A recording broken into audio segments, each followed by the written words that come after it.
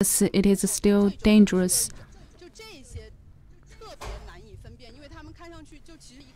These explosives are so similar to the bulbs, so it is so difficult to identify. We know it's dangerous. The clearance for now is about 80%, so there are still some explosives left in the buildings. Yesterday they did clearing, but today the work will continue. So during our live broadcasting, maybe the explosive will bomb, because the clearing work is still on.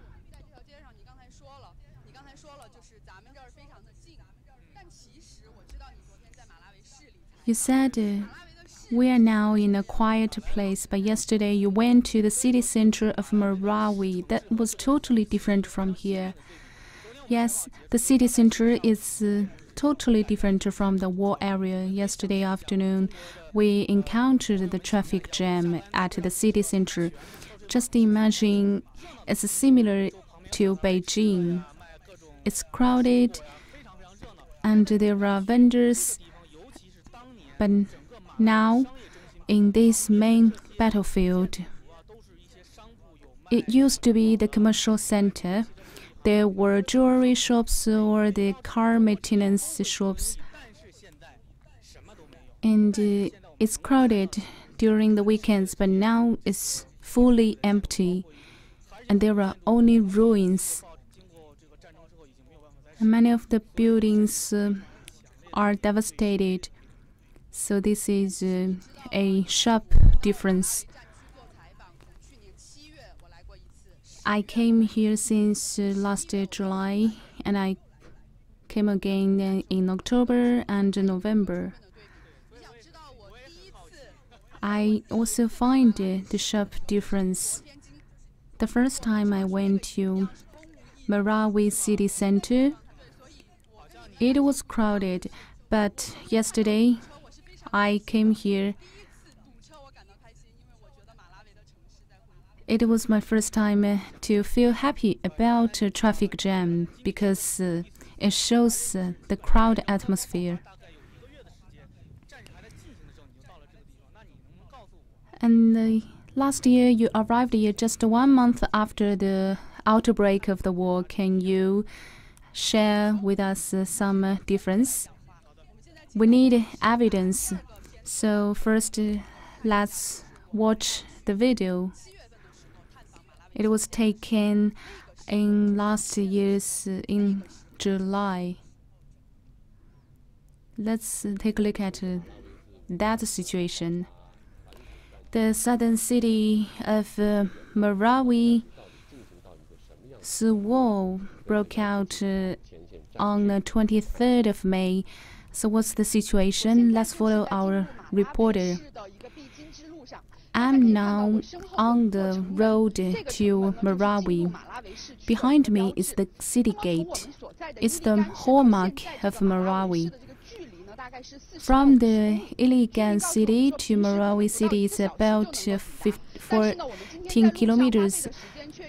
Usually it takes less than 1 hour arriving here, but today we spent 2 hours because there are additional 5 to 6 security checks.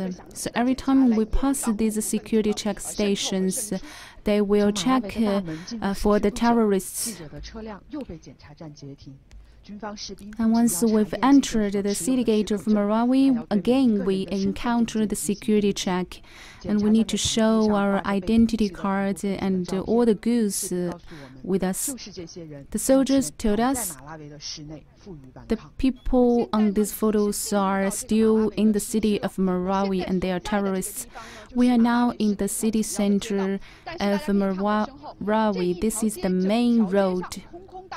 And we can see it's totally empty because residents here have all fled and evacuated from this area due to the war. On the left side, is the battlefield. We can hear the voice, the gunfire from the battlefield, and the airstrikes is also on. These flights are monitoring and investigating the battlefield. In the morning, there was a smoke. The armed forces from the Philippine government indicated this city is still of highly risk. This photo was taken in early June. We can see the situation of the battlefield. The constructions here are very dense, and that's also why the war is going slowly, because the government force need to check house by house for the explosives and the terrorists. Here is the place which is very close to the battlefield, and there are explosives and gunfire sometimes. And we can see these bullet holes from the buildings. Along the road, many of the residential houses are marked as after clearance by the forces. The time seems to be stagnated here. We see these hosts and hostess ran away in a rush. This afternoon, at the scene, we saw the gunfire attacked the market, and there was smoke and fire. In our camera, you can see this mosque. The mosque is the line of the battlefield. On the right hand of the mosque is controlled by Philippine forces, but on the left hand of this mosque, the place is controlled by the ISIL militants. So we can see there are many difficulties and risks. So in order to solve the disputes in Marawi, it still takes time.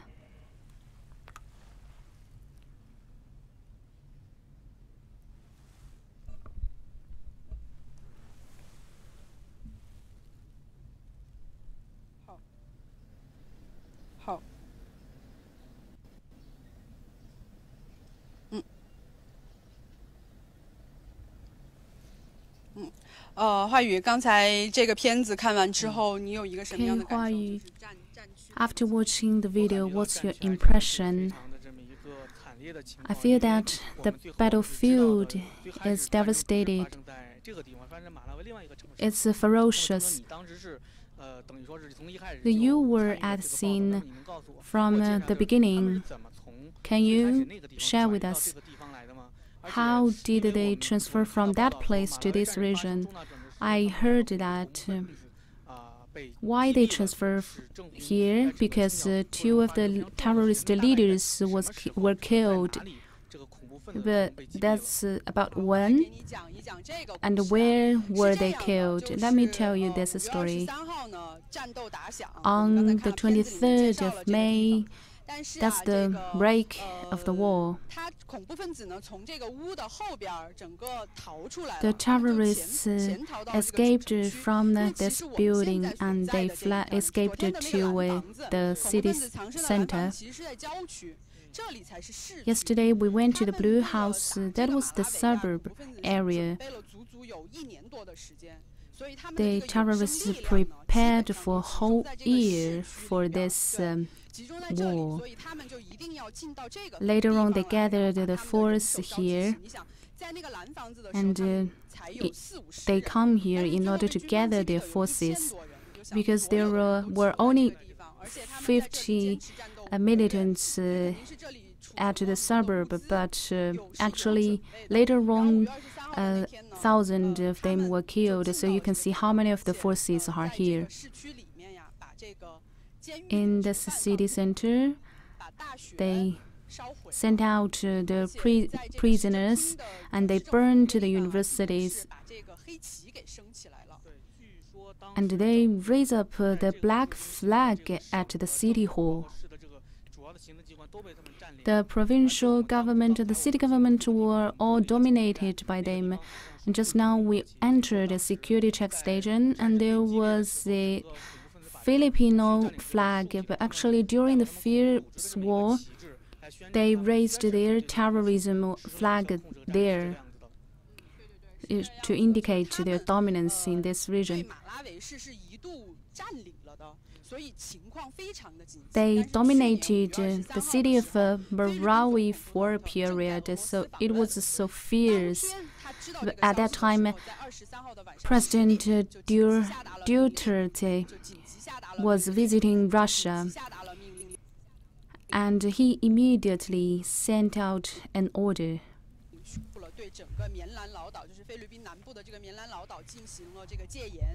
to impose the martial law on this whole region, the Minando region.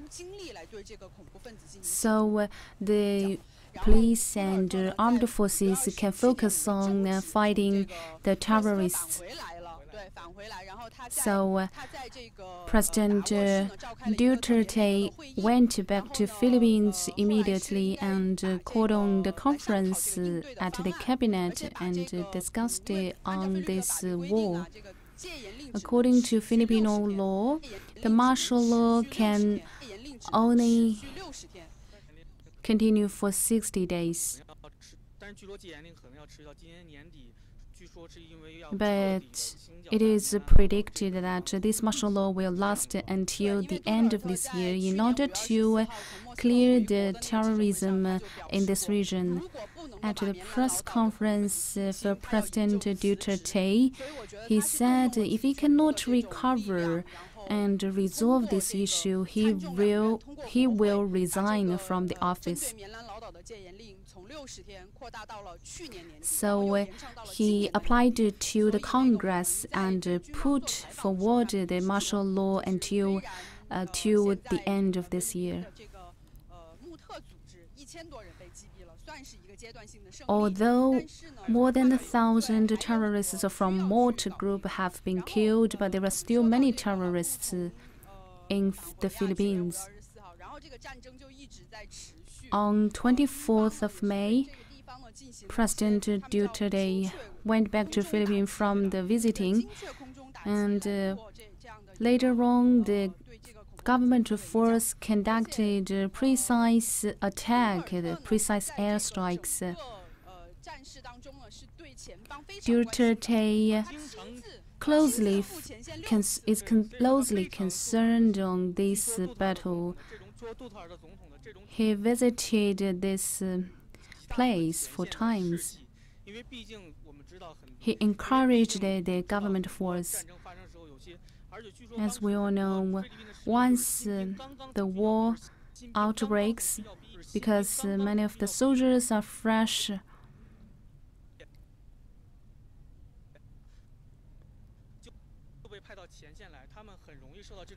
it's the first time they participate in a war, so they may be affected.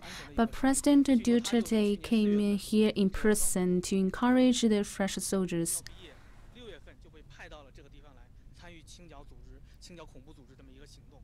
We heard that many of the soldiers are new graduates. The whole war lasts for about 5 months. That was very long. So when the leaders of the terrorists were killed,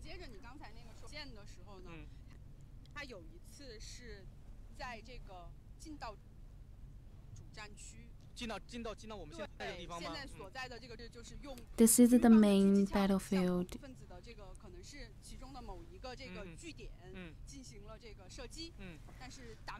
The military sniper was here. After the outbreak of Marawi, Chinese government offered emergency support to the Philippines, including the weapons. and to help anti-terrorism.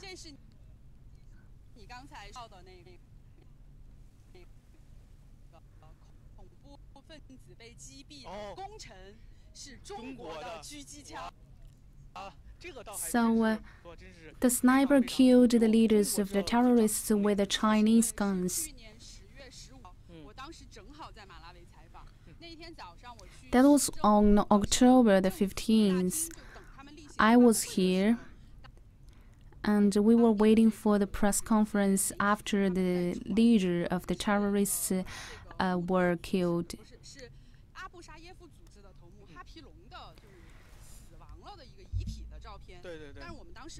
They showed the picture of the militant group leaders. And we got the news that the government force may kill the leaders. So we were waiting, and we were told that, yes, that's true. So we went to the press conference. On that day, the chief commander and the defense minister and the news minister held the joint conference and said they've killed the leader of Abu Sayyaf militant group. The leader's name is Happy Long, who is one of the most dangerous persons in the world, and he is on U.S. terror list. Another leader who established a mortar group was also killed. So after these two terrorist leaders were killed, that's the turning point of the war.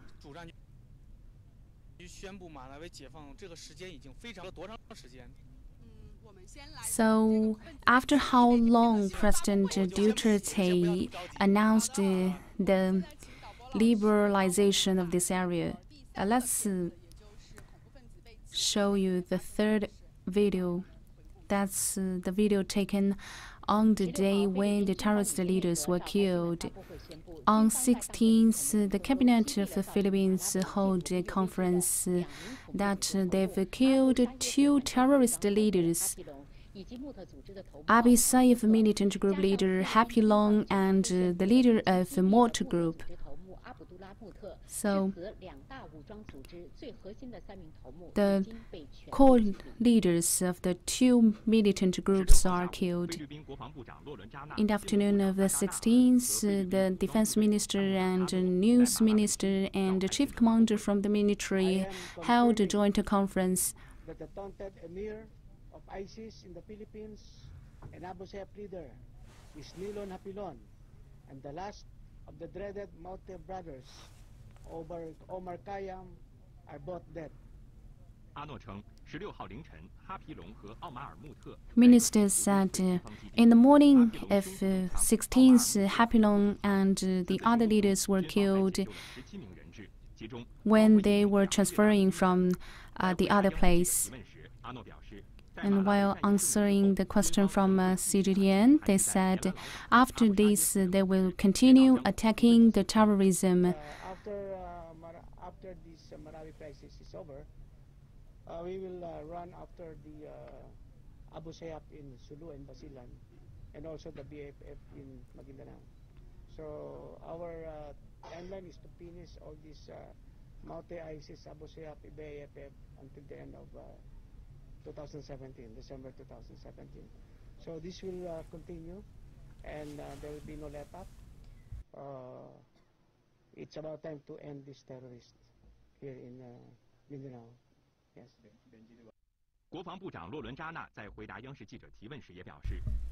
While answering the question from CGTN, Minister of Defense said they will conclude the war in winter. And everything will be smoothly solved. Out, because if during the summit Marawi is still there, then the mind of the president cannot concentrate on what he's doing with the summit, but always thinking of Marawi. But now that it's over, then he can just be very focused on what the summit will be. That's the significance. Two terrorist leaders are killed. That's the turning point of the Marawi war. From my left hand, you can see this street is still forbidden from the military because the war is still on. The victory of Marawi is coming. We hope the end of the war.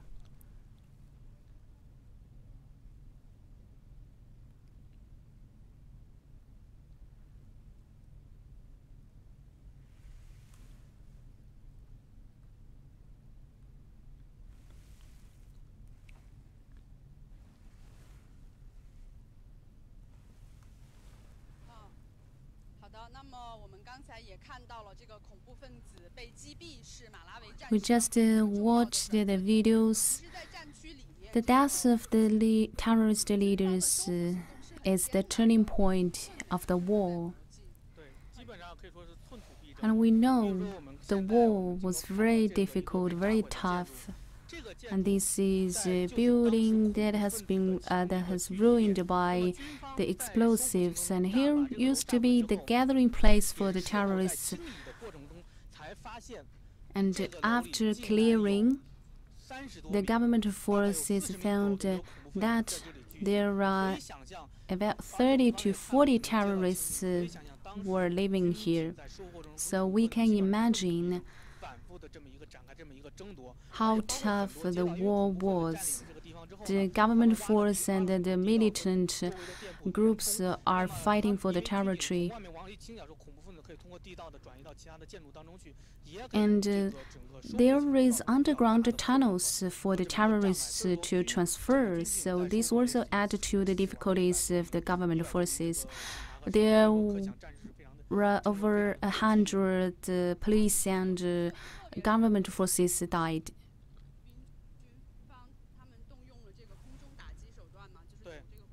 The government force sent out airstrikes. But there were two mistakes.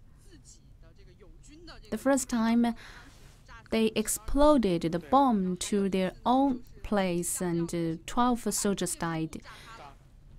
And the second time, they bombed a building and other soldiers died. These are the two mistakes. It is difficult to prevent from these mistakes because they repeatedly fight against each other. So this will lead to the difficulty of a precision attack.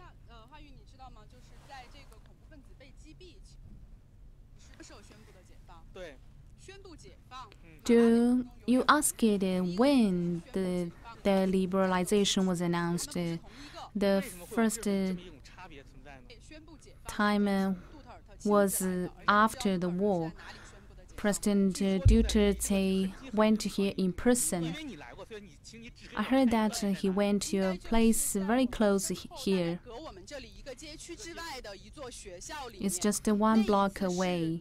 He announced it in school. That's my first time to enter the main battlefield because the president came. So this area is open to us. You mentioned the school. Is the school in front of this road? Yes. I can remember it clearly. That day, on that day, there was torrential rain.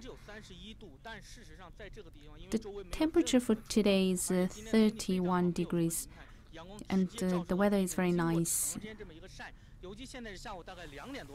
And it's sunny, as now it's after 2 o'clock in the afternoon, so we can see it's very hot. It's extremely hot now.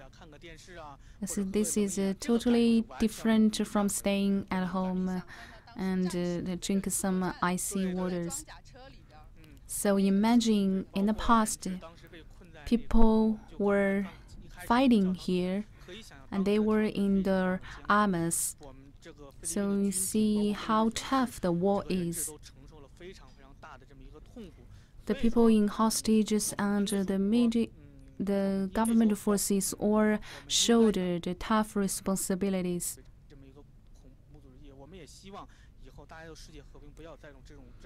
We hope the world can be harmonious in future, because this war is so tough and difficult for everyone. And it is so difficult to make up for it in a short period. So now let's watch another video. That's when President Duterte announced the liberalization of the war. President of the Philippines Duterte announced the liberalization of Marawi. On the afternoon, CGTN's reporter followed Philippine militaries at around 1:30 in the afternoon. President Duterte arrived and he officially announced the liberalization of Marawi.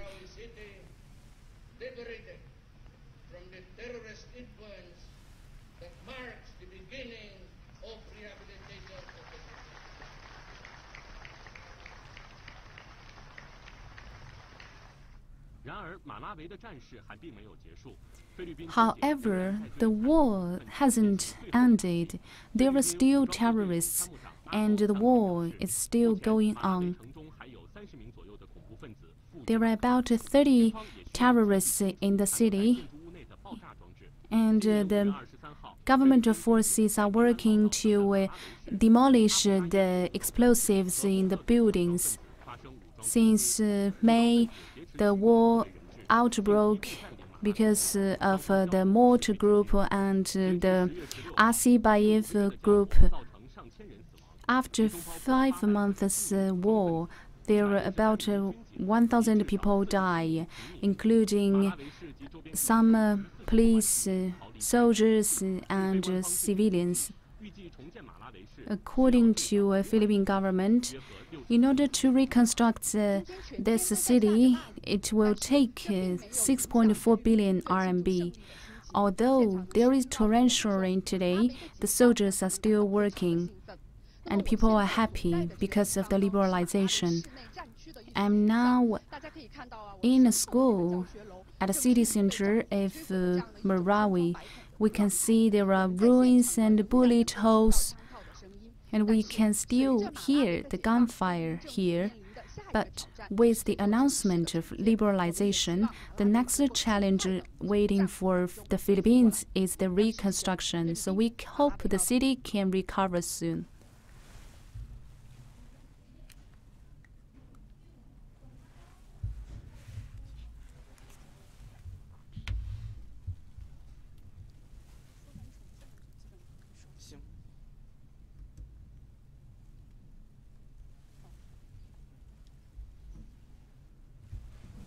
Stand by.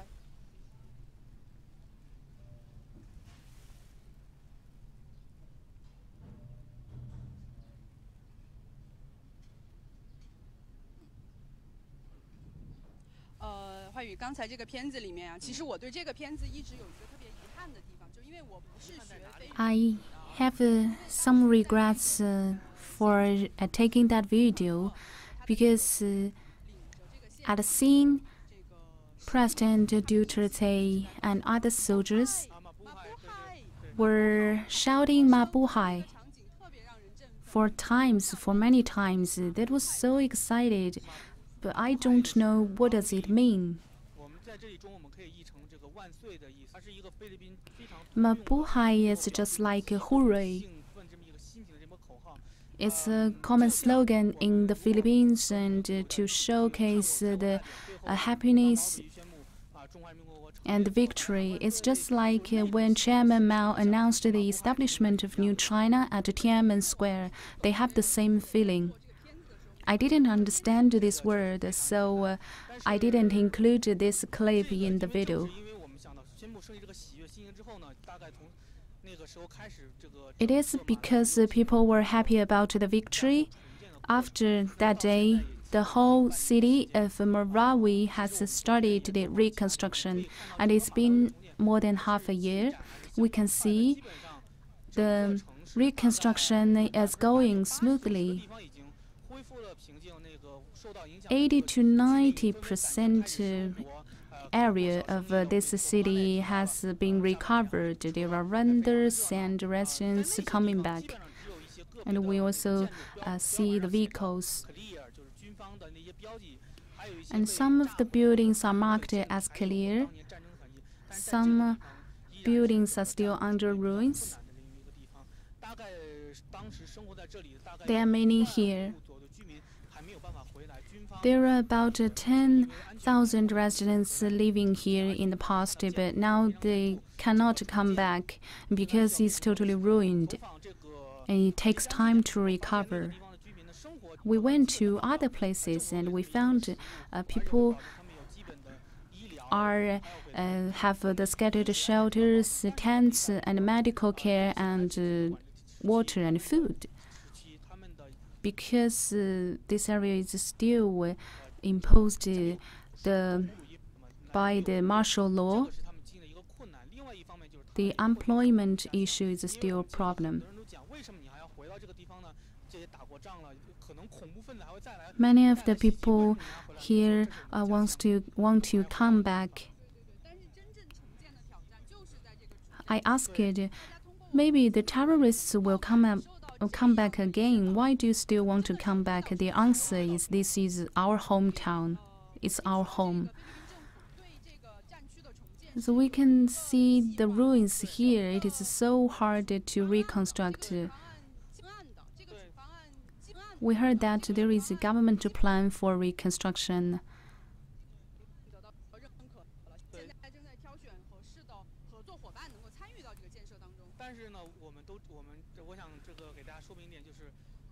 And the government is now choosing the partners to continue to start the reconstruction. The government of Marawi has been cooperated with the Chinese government because Chinese government offered the first batch of instruments and vehicles to Marawi government. Chinese government consider this reconstruction work, so they offer the instruments like the yellow vehicle in front of us. We cannot approach there because it may be dangerous there. That yellow vehicle was offered by Chinese government.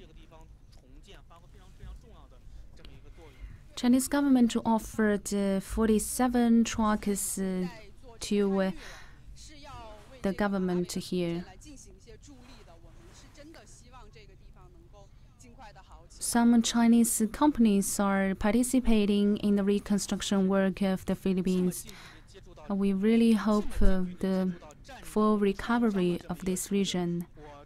It's my first time to approach the war-ruined area. For me, I sincerely hope, under the concerted efforts of the Chinese government and the Philippines government, we can recover the beauty and the prosperity of this region, and we can help those evacuators back. The war brought ruins and sorrows to people. Only harmony can lead to eventual peace. That's my impression.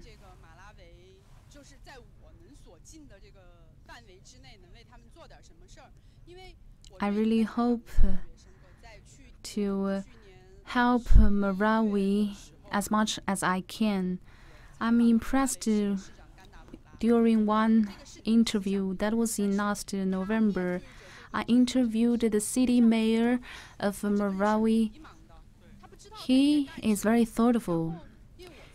In faced with the ruins of the city, he feels puzzled.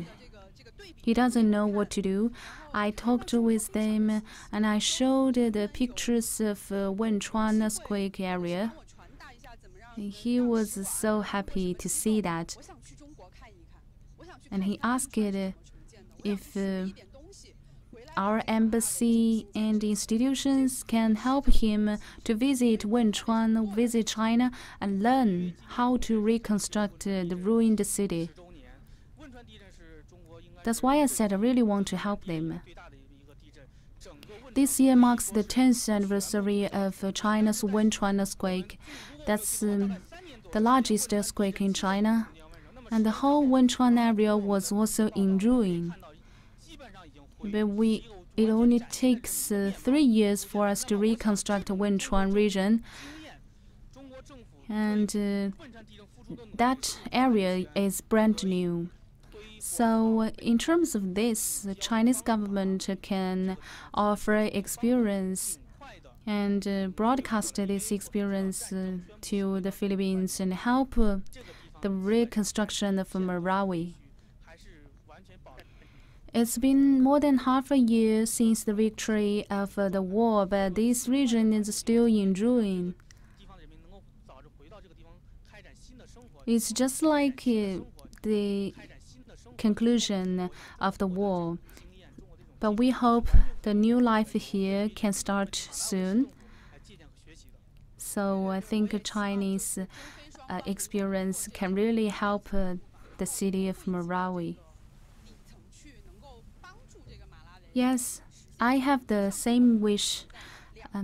I hope Chinese government can help the city of Marawi. President Duterte met with the Chinese leaders twice, and he appreciated the Chinese government's help. And he said he hopes Chinese government can continue supporting the city of Marawi. Just like these excavators offered by Chinese government can also help the Philippines in terms of plans.